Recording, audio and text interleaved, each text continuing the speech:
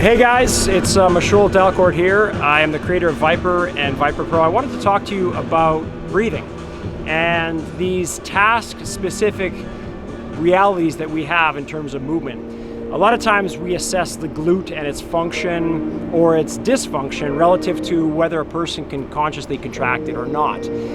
What I want to submit to you is another possible scenario. If we give the body a task, muscles themselves or neuromuscular systems are task-driven.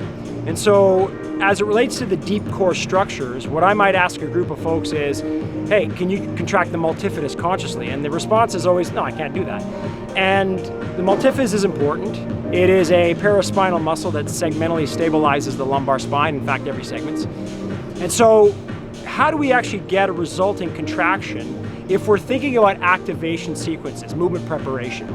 And one of the ways in which we can do it is what's called forced exhalation, and the other way is called percussive exhalation. Both of those things are sympathetic forms of breathing. I'm going to tackle the first one, which is forced exhalation. So if I was to stand here and kite, which means long spine, wide shoulders, and I was to take a breath in through the nose and breathe everything out of my mouth, and when I thought I was done and I couldn't breathe out anymore, if I was to try to breathe out even for another second, what you would get is this.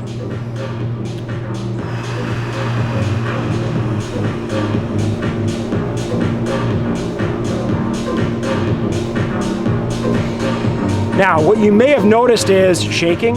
What you may have noticed is my thoracic cavity and my abdominal cavity were squeezing down. I gave it a task of breathing, in this case, labored breathing. And we know through anatomy that accessory breathing or accessory muscles, breathing muscles, are primarily stability muscles. I'll say that again. Accessory breathing muscles, those muscles that help us breathe forcefully, are primarily stability muscles. So we're going to use the task of breathing in order to effectively enhance our ability to contract, to get a motor system or a motor unit response to these stability type 1 muscles.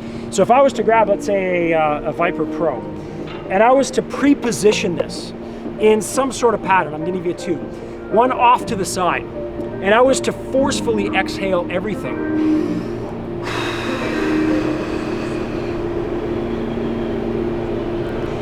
And then I brought the Viper Pro close to release all the muscles. And if I did a type 1 motion right here, and I was to do the same thing with breathing,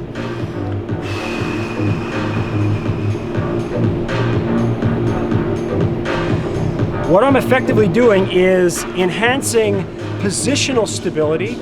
I'm enhancing some degree of range of motion and endpoint strength in these two positions that I showed you. Think of you're a golfer and you've got to get to an end range with mobility and motor control.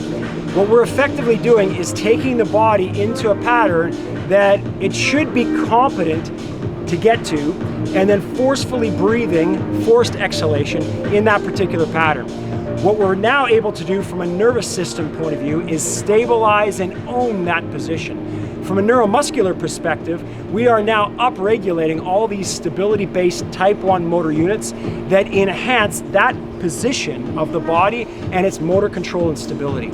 So we're taking a task of breathing forcefully, which we call forced exhalation, and we're pre-positioning a load so that we can enhance core, trunk, and lumbopelvic stability for any task. This is great for an activation sequence, for small motor unit recruitment. It is great for a movement preparation protocol, and we've got all these different pre-positions. So I want you to think about this idea of forced exhalation in order to increase stability, motor control, mobility, and movement prep with your clients and athletes. Doesn't matter what level of athleticism they have. What we want to do is regress the range of motion or regress the load, but then we matriculate that as we advance them through a protocol. A great thing for you guys to try.